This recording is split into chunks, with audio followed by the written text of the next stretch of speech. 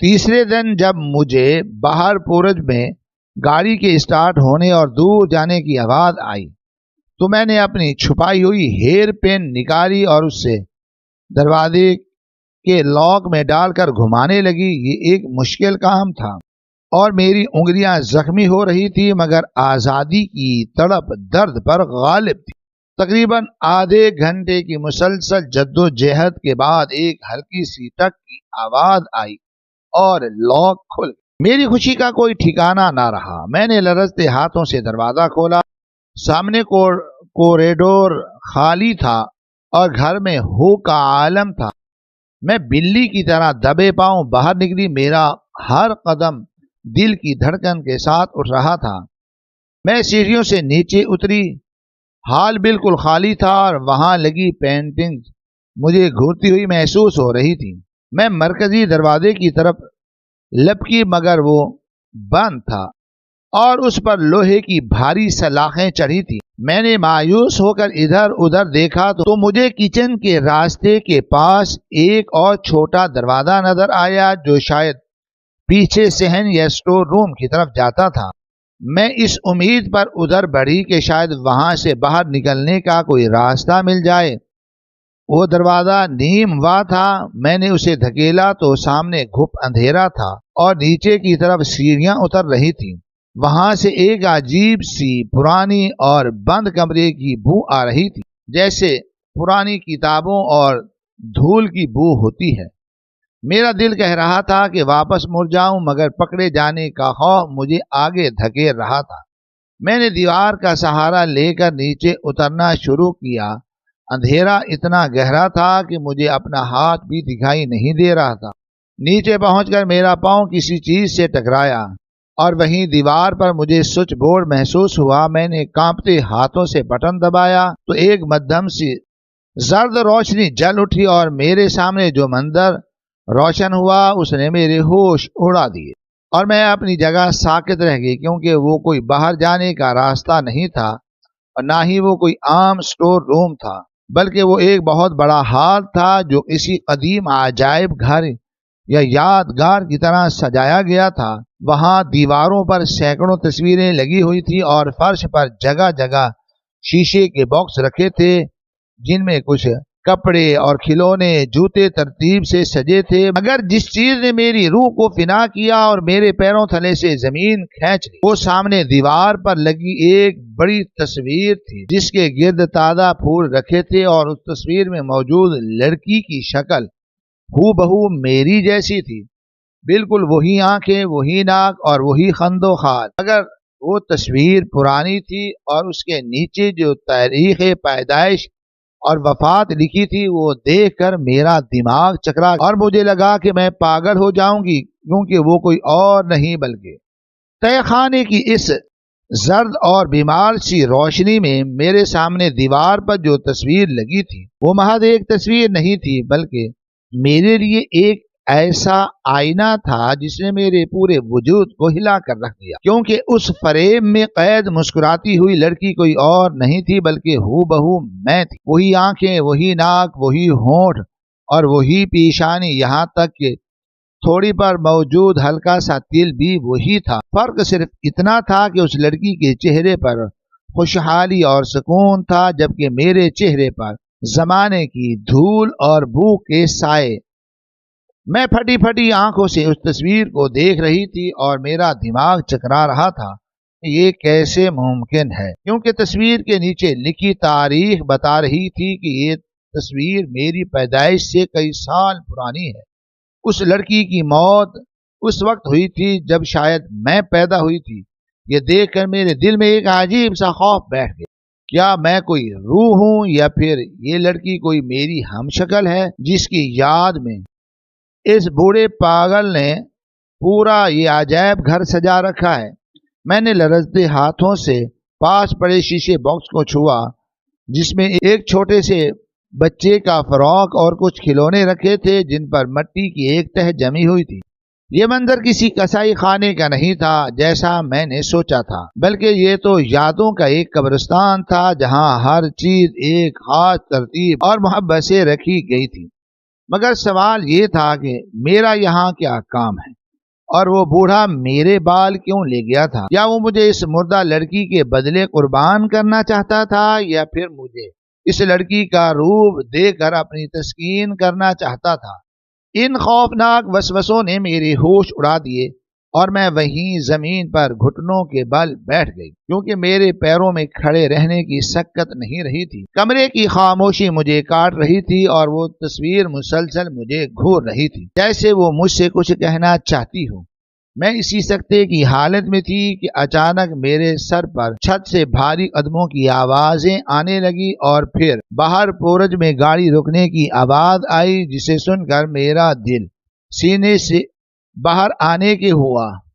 مجھے فوراً احساس ہوا کہ وہ بوڑھا واپس آ گیا ہے اور اب میری چوری پکڑی جائے گی۔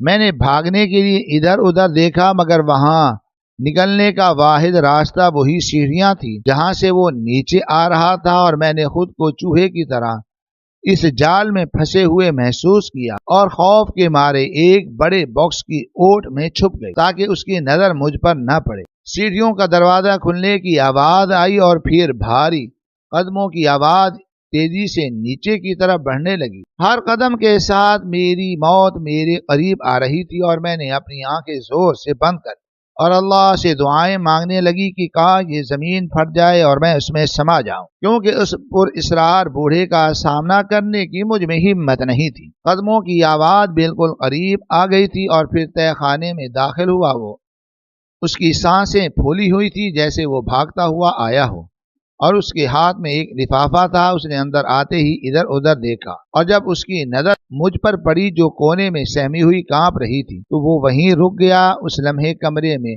موت جیسا سناٹا چھا گیا تھا اور میں نے سوچا کہ اب یہ مجھ پر جھپٹے گا اور میری جان لے لے گا۔ میں نے روتے ہوئے ہاتھ جوڑ دیے اور گڑ گڑاتے ہوئے کہا کہ خدا را مجھے مت مارنا، میں غلطی سے یہاں آ گئی تھی، میں قسم کھاتی ہوں کہ میں کسی کو کچھ نہیں بتاؤں، مجھے جانے دو، مجھے تمہارے پیسے نہیں چاہیے، بس مجھے میری زندگی بخش دو۔ میری آواز خوف سے کانپ رہی تھی اور آنسو میری گالوں پر بہہ رہے تھے، مگر اس بوڑھے نے میری بات کا کوئی جواب نہیں دیا۔ وہ بس ساکت کھڑا مجھے دیکھتا رہا۔ اس کے چہرے پر غصہ نہیں تھا، بلکہ ایک عجیب سی کیفیت تھی جسے میں سمجھنے سے قاصر تھی۔ اس کی آنکھوں میں ایک چمک اور نمی تھی جو وحشت کی نہیں بلکہ کسی اور جذبے کی تھی۔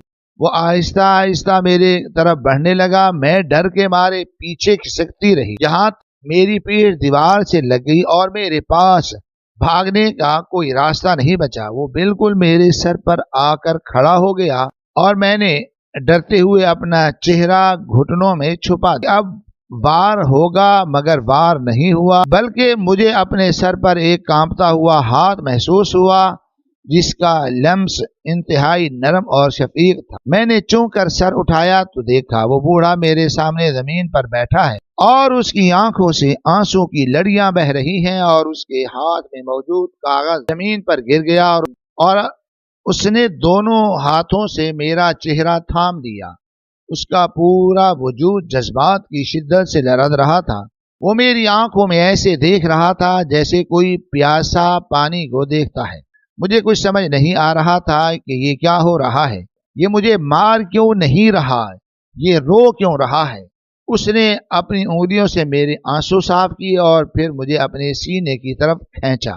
میں نے مزاحمت کرنا چاہی، مگر اس کی گرفت میں ایک عجیب سی محبت اور اپنائیت تھی جس نے مجھے بے بس کر دیا تھا۔ اس نے مجھے زور سے اپنے سینے سے لگایا، اتنا زور سے کہ مجھے اس کے دل کی دھڑکن صاف سنائی دے رہی تھی، جو میرے دل کی دھڑکن کے ساتھ ہم آہنگ ہو رہی تھی۔ وہ پھوٹ پھوٹ کر رو رہا تھا اور اس کے آنسو میرے کندھے کو بھگو رہے تھے۔ مجھے لگا جیسے صدیوں کا کوئی بچھڑا ہوا مسافر اپنی منزل پر پہنچ گیا ہو۔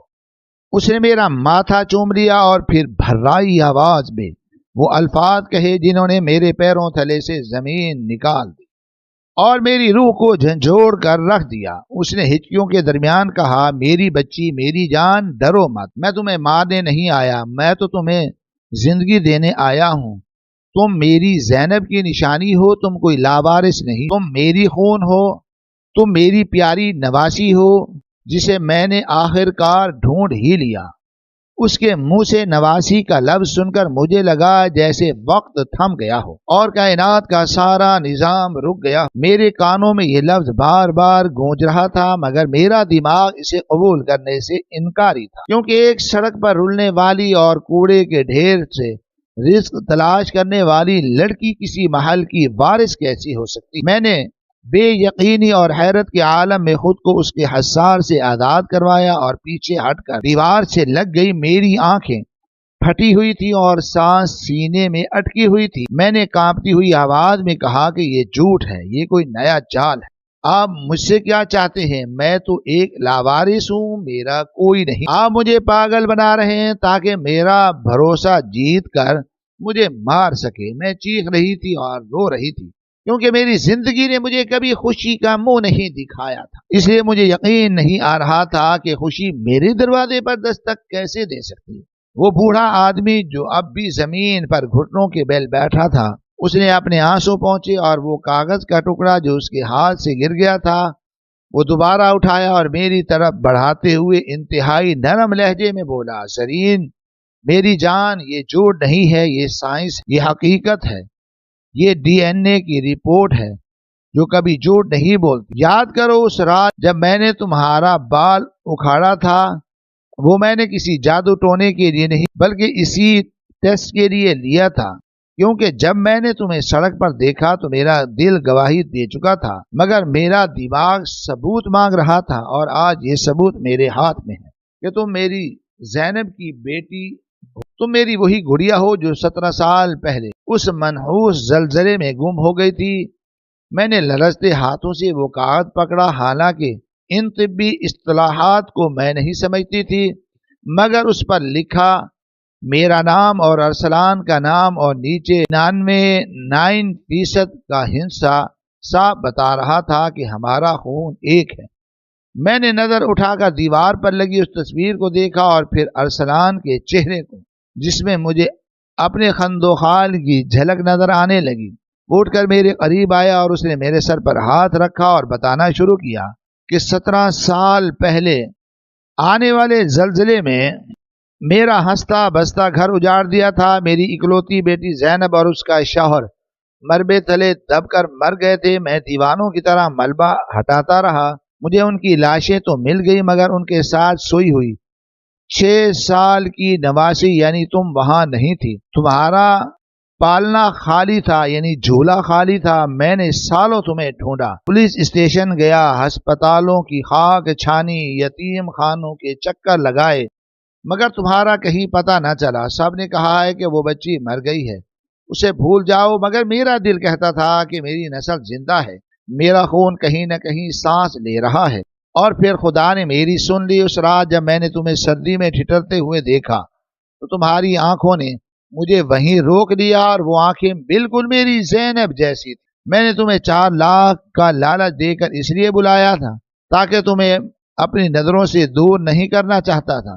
مجھے ڈر تھا کہ اگر میں نے تمہیں اسی وقت بتا دیا تو تم مجھے پاگل سمجھ کر بھاگ جاؤ گی یا شاید تم کوئی بہروپیہ ہوگی، اس لیے میں نے تمہیں یہاں قید رکھا تاکہ تسلی کر سکوں۔ مجھے معاف کر دو میری بچی، میں نے تمہیں بہت خوف زدہ کیا، میں نے تمہیں بھوکا رکھا، میں نے تمہیں تکلیف دی، مگر میرا مقصد تمہیں اذیت دینا نہیں تھا بلکہ اپنی کھوئی ہوئی امانت کو پہچاننا تھا۔ یہ سب سن کر میرے اندر کی ساری مزاحمت دم توڑ گئی اور میرے آنسوؤں کا باندھ ٹوٹ کر مجھے اپنا بچپن یاد آنے لگا جو ایک یتیم خانے میں گزرا تھا، جہاں مجھے بتایا گیا تھا کہ مجھے ملبے سے ریسکیو ورکرز نے نکالا تھا اور میرا کوئی ولی وارث نہیں تھا۔ مجھے وہ ساری راتیں یاد آئیں جب میں اللہ سے شکوہ کرتی تھی کہ تو نے مجھے کیوں پیدا کیا، میرا اس دنیا میں کون ہے، اور آج مجھے میرے ہر سوال کا جواب مل گیا تھا۔ میں نے آگے بڑھ کر ان کے ہاتھ تھام لیے اور ان کو چومنے لگی۔ وہ ہاتھ جو مجھے موت کے ہاتھ لگتے تھے اب مجھے دنیا کا سب سے مضبوط سہارا محسوس ہو رہے تھے۔ انہوں نے مجھے اٹھایا اور دوبارہ گلے لگایا۔ ہم دونوں تہہ خانے میں کھڑے رو رہے تھے مگر یہ آنسو دکھ کے نہیں بلکہ تشکر اور ملن کے تھے۔ اس نے میرے بالوں کو سہلاتے ہوئے کہا کہ آج کے بعد تمہیں کبھی بھوک کا سامنا نہیں کرنا پڑے گا، آج کے بعد تمہیں کوئی گندی نظر سے نہیں دیکھے گا، تم اس گھر کی مالکن ہو، یہ سب کچھ تمہارا ہے۔ وہ مجھے سہارا دے کر ان منحوس سیڑھیوں سے اوپر لے گیا۔ وہ تہہ خانہ جہاں میں نے موت کو قریب سے دیکھا تھا اب پیچھے رہ گیا اور ہم اوپر روشن حال میں آ گئے۔ ارسلان نے ملازموں کو آواز دی اور سب بھاگتے ہوئے آئے، اور اس نے سب کے سامنے اعلان کیا کہ دیکھو یہ میری گمشدہ نواسی ہے، یہ آج اس گھر کی بیٹی ہے۔ ملازم جو مجھے حقارت سے دیکھتے تھے اب سر جھکا کر کھڑے تھے۔ میں نے خود کو آئینے میں دیکھا، میری حالت اب بھی خراب تھی، کپڑے میلے تھے، بال بکھرے تھے، مگر آنکھوں میں وہ خوف ختم ہو چکا تھا جو مجھے سونے نہیں دیتا تھا۔ اس رات میں اسی مخمل کے بستر پر سوئی جس پر میں نے پہلے کانٹوں کی طرح لیٹی تھی، مگر آج وہ بستر مجھے ماں کی گود جیسا نرم لگ رہا تھا۔ وہ میرے سرہانے بیٹھے رہے اور مجھے لوریاں سناتے رہے جیسے میں کوئی چھوٹی بچی ہوں۔ مجھے نیند نہیں آ رہی تھی اور میں سوچ رہی تھی کہ انسان کی تقدیر بھی کتنی عجیب ہوتی ہے، کبھی وہ آسمان سے زمین پر پٹخ دیتی ہے اور کبھی کوڑے کے ڈھیر سے اٹھا کر محلوں میں بٹھا دیتی ہے۔ وہ 4 لاکھ جو میں نے اپنی عزت کی قیمت سمجھی تھی دراصل وہ میری واپسی کا نذرانہ تھا۔ اس رات مجھے پہلی بار احساس ہوا کہ پیٹ کی بھوک مٹ سکتی ہے، جسم کی تھکن اتر سکتی ہے، مگر جو خلا اپنوں کے بغیر روح میں ہوتا ہے وہ صرف اپنوں کے ملنے سے ہی بھرتا ہے۔ میں نے نیند کی وادی میں اترتے ہوئے میں نے اس مہربان آدمی کا ہاتھ مضبوطی سے تھام لیا اور دل ہی دل میں خدا کا شکر ادا کیا کہ جس نے مجھے اندھیروں سے نکال کر روشنی عطا کی، اور میری کہانی جو ایک حقیقت لگ رہی ہے بلکہ ایک خوبصورت معجزے پر تمام ہوئی۔